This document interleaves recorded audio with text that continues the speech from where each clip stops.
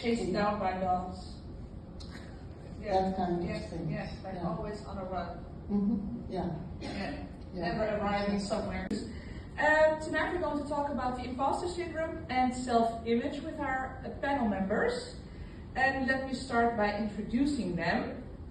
Our first member is Milio 𝘔𝘔𝘪𝘴𝘴𝘤𝘪𝘦𝘯, and he's a lecturer at UvA and voted Lecturer of the Year at the Faculty of Social Behavioral Sciences. He's also the author, and he has written a book called Maybe You Should Aim a Little Bit Lower. In Dutch, misschien moet je iets lager mikken. I've spent many hours Googling what this nagging voice in the back of my head is and how I can get rid of it. Milio, my first question is for you. Is the imposter syndrome something you experience? Every time I achieve something, like when I got my master's degree, the first thing happened, then I walked out. I asked my girlfriend, I said, okay, we have to make sure that they cannot take this away. I have to take the diploma and I have to run from the university, never look back. So they cannot physically take this out of my hand anymore, because I was expecting someone to come out and say, oh, wait a minute, we made like a mistake. You shouldn't even be signed on in the first place. Something like that. So when I was voted like Lecturer of the Year, I was like, have you counted right? I actually asked the juror, like, did you count right? And all these things that maybe sound, weird to people who don't experience this, but it's so deeply embedded inside of me that every time I do experience something, I can sort of be happy about it and maybe proud, I know it's a difficult word for me, for like 5 seconds, and then immediately the doubt comes out. I myself am a former first-generation student, and I'm curious to see if there are any other first-generation students here in the room, in the audience. Raise your hand. Yay! Okay, nice to see.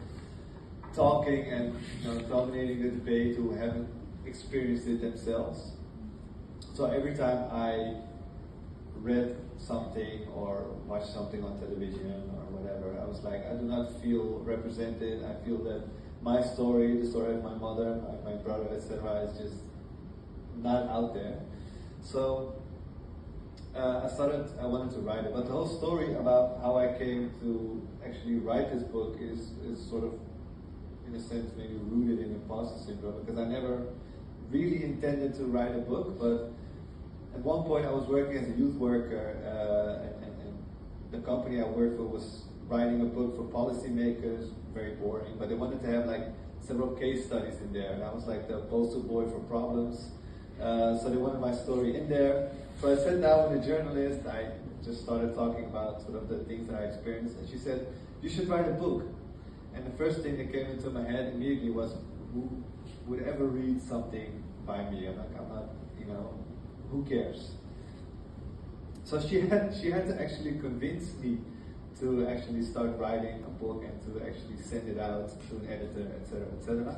I had to be pushed through the whole process, whereas people who don't necessarily experience this, if you tell them go write a book, they'll be like, okay, where, when? It's a whole different sort of. As someone who's now sort of on the other end of the lecture hall, who's now we've all been in the same position, and I mean this sincerely. If you have the papers that allowed you to get into the university, whatever route you might have taken to get here, you are very capable of getting your diploma. Even if you failed half the courses in your first year and you're in all the stress, a lot of people have been there. I've been there. I failed some of my first year courses because I was still, adapting to the way university works, especially as a first generation student. But don't ever let that sort of take away from the fact that if you're here, you've proven that you're able to be here and you're capable of everything. So sometimes I heard people talking about needing, external people telling them stuff. Well, let me be the one for tonight, maybe.